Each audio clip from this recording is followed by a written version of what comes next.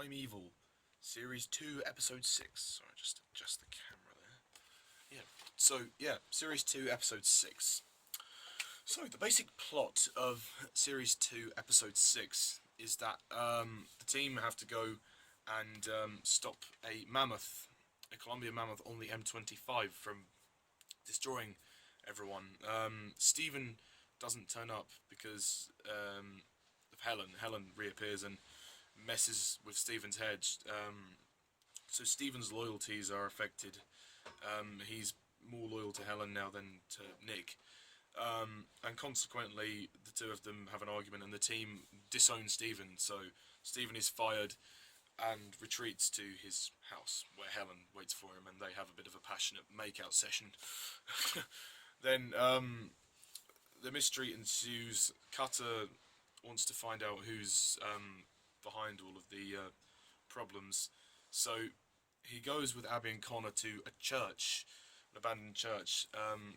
They change around the detector, creating a false alarm, so them thinking that the others would think there'd be an anomaly there, but it's a trap. So Cutter plans to expose the one who is betraying them, and they discover through Jenny. Jenny turns up, and Cutter's pointing a gun to her, and then he said, and then she says it's Leek. Leek sent me.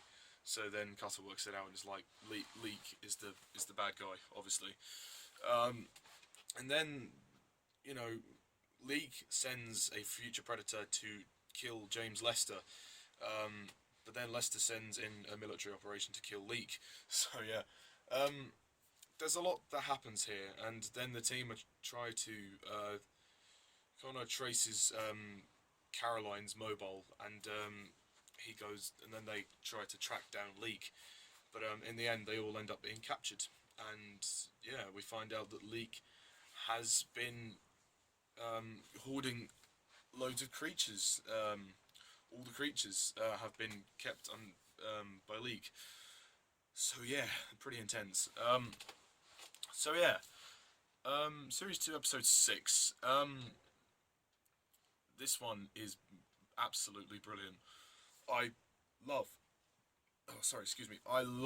this episode. It is superb. It is just brilliant. I mean, there's so much scope with this. I mean, just the ideas as well, like the mammoth on the M25, just brilliant. Like, that could even be a whole episode in itself, but obviously there's other mysteries going on, so they keep that sequence fairly concise, but that sequence as a whole is just so impressive. I mean, it is pretty epic as well, like, just seeing the mammoth on the M25 and then the team trying to, the anomaly closes so they can't put it back through. So seeing the team try to deal with a creature that size is great. And I forgot to mention, the opening sequence is brilliant, like on the M25, with the mammoth, like, rampaging. It's very, very intense. There's a lot of suspenseful moments with the mammoth, which is really, really cool. But this episode also has some fantastic dramatic moments too.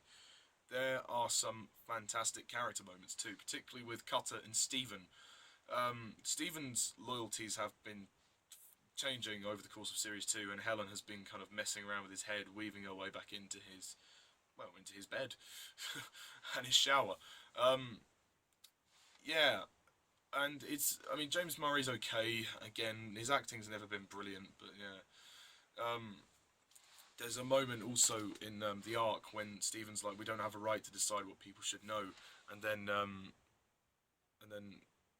he says something about Helen. He's like, no wonder she turned to me, and then Cutter punches Stephen, so he gets really pissed off. So yeah, it's interesting how Stephen basically is kind of departed from the team, essentially. Well, they fire him, and he's that's it. Yeah, he's off. He's gone. Him and Helen decide to make out. He's like, fuck it, I've got nothing else to lose. I'll stay with Helen, But she's obviously a twisted bitch. So more so than in Series 1. I want to give a shout out to Juliet Aubrey as well. I haven't really talked about her very much. Juliet Aubrey as Helen is really good in this episode. She's playing mind games with everyone, particularly between Stephen and Cutter. She's basically using Stephen to cause tension between the team. Obviously, in kind of helping with Leek's plan. Um, you know, you kind of feel that you don't really know who the main antagonist is, whether it is Helen or Leek, because thinking about it, like there's moments whenever she's talking to Leek, she's like threatening him. She's like, "This better not go wrong, Oliver," or blah blah blah, and he's like, "Oh, Helen's been so helpful, but credit where it's due." You you don't really know who's the main villain. I mean, obviously it's Leek, but like you kind of think, well, like because everyone's just like pissing over Lee because he's this little man. So, but yeah, no, this episode's fantastic. It really is. I like Abby and Connor too. There's a lovely moment where they're in this church, and they're with Cutter and they're waiting for whoever's coming in. And then they sing "All things bright and beautiful, all creatures great and small." I don't know why. It's just just a really nice moment. It's a nice moment just to take you out of all the tension and all the drama of the story, and to just kind of appreciate the smaller moments of character. And also with Abby and Connor, it's just rather nice. I just thought that was a rather lovely moment. Um, so I really like the sort of interrogation scene in the church when Jenny comes in and Cutter has a gun to her head and he's like, "Who sent you?" And then she's like, Leek sent me. Lucy Brown does a good job with Jenny in this episode. So does all the cast do a great job here. I don't think there's anybody that's really that bad.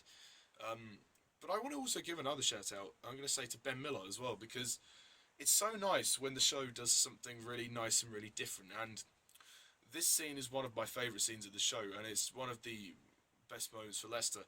Lester actually finally gets to have some involvement in the action for a change. He's not just in his office, because up to this point he's been pretty restricted in terms of what he's been doing. This is the episode where we've had the most of Lester, which I'm happy about.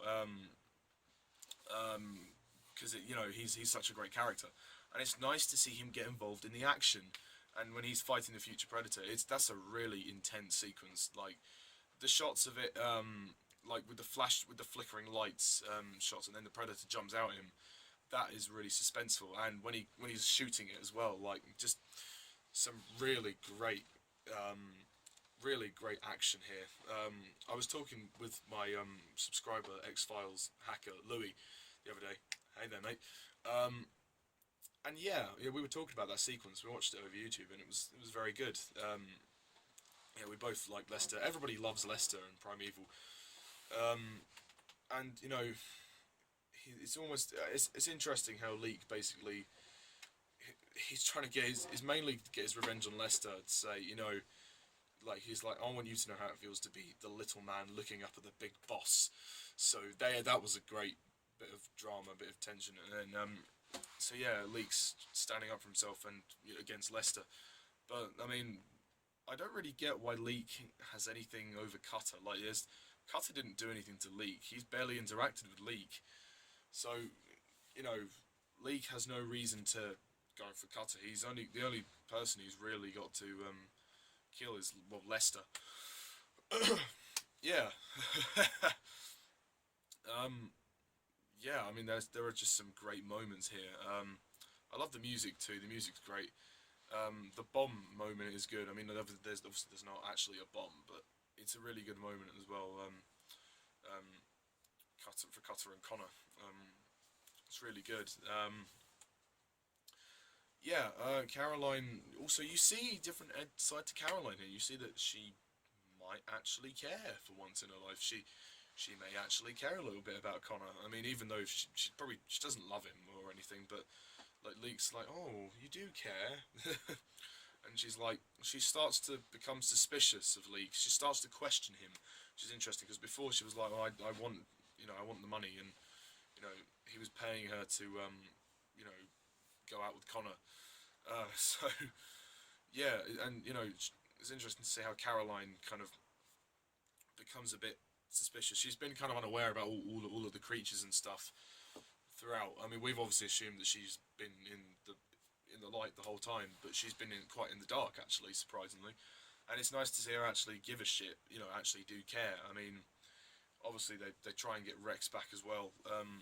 So yeah, there's that little thing that goes on. Obviously, the episode ends on the cliffhanger of when we see all of the creatures, and that for me is just such a great cliffhanger, and it sets up the finale brilliantly. I mean, episode 7, which is the last one, which will be the next review. But this episode has a lot going for it. It is an absolutely fantastic episode. I could watch this one again and again. It is so good. So, yeah, in terms of problems, I don't really have any problems with it at all. I think it's perfectly paced. The way they also the climax of the episode when they go after Leek, when you've got Lester in the military going after him, and then Cutter, Jenny, Connor, and Abby going after Leek. Yeah, and the way they're intercutting both of them as because Leek's on the other side of the door waiting for one of the parties, and then on the other door there's like a detector hanging there and with a post-it note that says bad luck. And Lester obviously falls into the trap, and you know he falls with the false detector. Cutter, Abby, Connor, and Jenny are all captured, which is great. I mean, it's really quite eerie. Then the next bit when we have the red lights and then the music, ooh, and then Helen's like voice you can hear is like, Nick, are you alright? Like she's such a psychopath. She really is. Oh, so yeah, there's a lot of great tension here. There's a lot of great moments here. I think it's probably one of the best of the series. I'm gonna rate this one a 10 out of 10.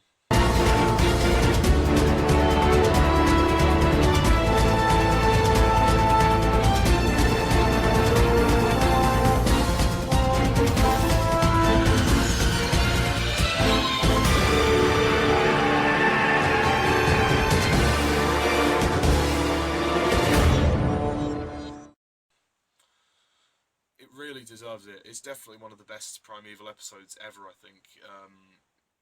So yeah, and it gets me excited to watch the last one as well, episode 7, which is sort of, I suppose, the last really good episode that we've had of Primeval. I mean, Series 3 has some good ones, but yeah.